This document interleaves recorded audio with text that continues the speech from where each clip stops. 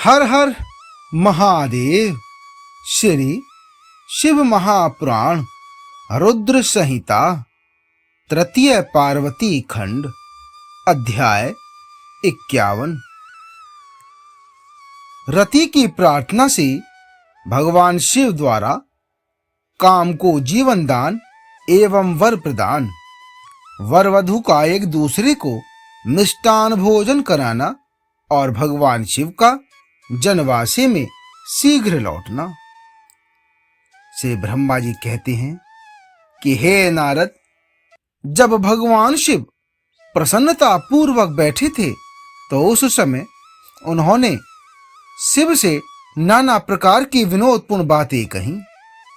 प्रसन्नचित हुए महेश्वर ने अपनी पत्नी के साथ मिष्ठान भोजन और आचमन करके कपूर डाला हुआ पान खाया।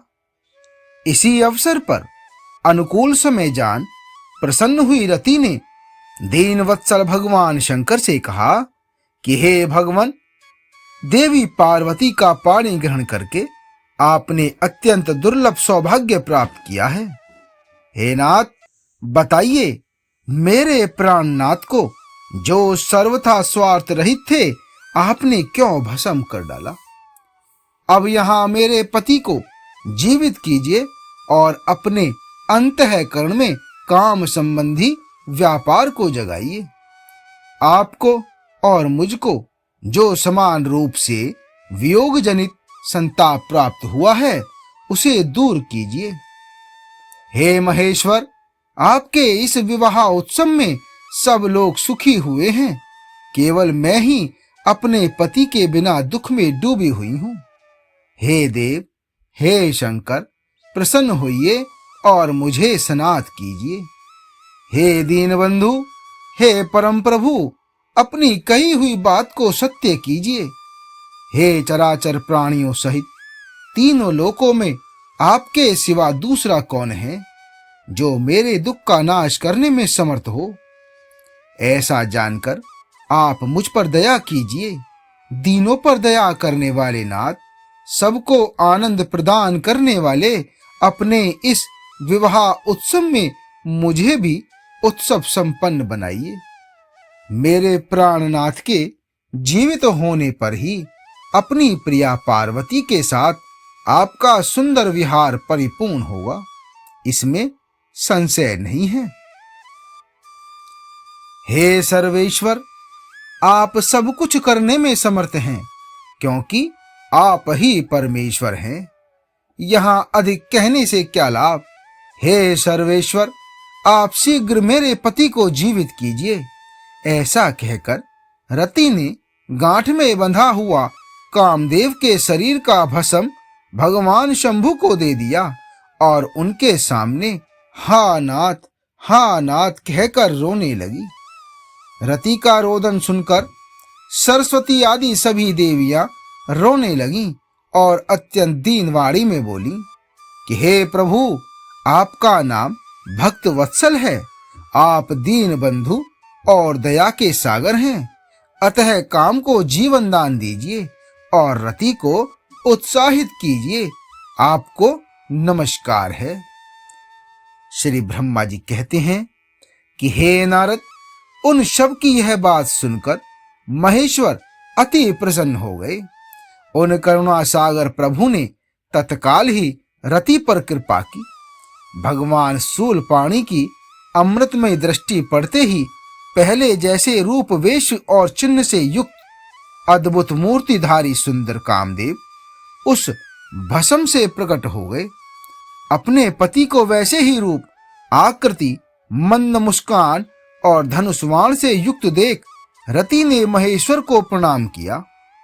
वह कृतार्थ हो गई।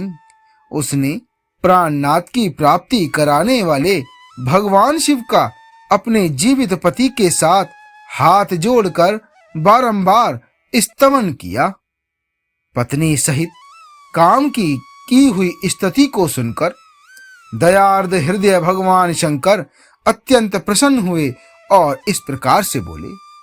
भगवान शंकर ने कहा कि हे मनोभव, पत्नी सहित तुमने जो स्तुति की है उससे मैं बहुत प्रसन्न हूं।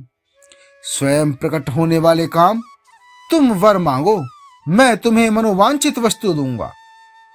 भगवान शंभु का यह वचन सुनकर कामदेव महान आनंद में निमग्न हो गए और हाथ जोड़ मस्तक झुकाकर गदगद वाणी में बोले। कामदेव ने कहा कि हे देव देव, हे महादेव, हे करुणा सागर प्रभु, यदि आप मुझ पर प्रसन्न हैं तो मेरे लिए आनंददायक हुई। हे प्रभु, पूर्व काल में मैंने जो अपराध किया था उसे क्षमा कीजिए। स्वजनों के प्रति परम प्रेम और अपने चरणों की भक्ति दीजिए। कामदेव का यह कथन सुनकर परमेश्वर शिव प्रसन्न हो बोले कि बहुत ही अच्छा। इसके बाद उन करुणानिधि ने हंसकर कहा, हे महामते कामदेव, मैं तुम पर प्रसन्न हूं। तुम अपने मन से भय को निकाल दो, भगवान विष्णु के पास जाओ और इस घर से बाहर ही रहो। काम शिवजी को प्रणाम करके बाहर आ गए। विष्णु आदि देवताओं ने उसे आशीर्वाद दिया। इसके बाद भगवान शंकर ने उस वास भवन में पार्वती को बाएं बिठाकर मिष्ठान भोजन कराया और देवी पार्वती ने भी प्रसन्नता पूर्वक उनका मुख मीठा किया। वहां लोकाचार का पालन करते हुए आवश्यक कृत्य करके मैना और हिमवान की आज्ञा ले भगवान शिव जनवासे में चले गए। हे मुने, उस समय महान उत्सव हुआ और वेद मंत्रों की ध्वनि होने लगी। लोग चारों प्रकार के बाजे बजाने लगे।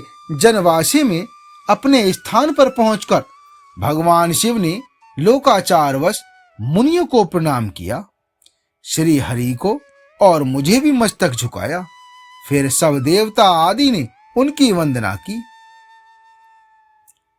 उस समय वहां जय जयकार, नमस्कार तथा समस्त विघ्नों का नाश करने वाली शुभदायिनी वेद ध्वनि भी होने लगी। इसके बाद मैंने भगवान विष्णु ने तथा इंद्र, ऋषि और सिद्ध आदि ने भी भगवान शंकर की स्तुति की। गिरिजा नायक महेश्वर की स्तुति करके वे विष्णु आदि देवता प्रसन्नता पूर्वक उनकी यथोचित सेवा में लग गए। लीला पूर्वक शरीर धारण करने वाले महेश्वर शंभु ने उन सबको सम्मान दिया। फिर उन परमेश्वर की आज्ञा पाकर वे विष्णु आदि देवता अत्यंत प्रसन्न हो अपने अपने विश्राम स्थान को गए। आगे का अध्याय 52 में। हर हर महादेव।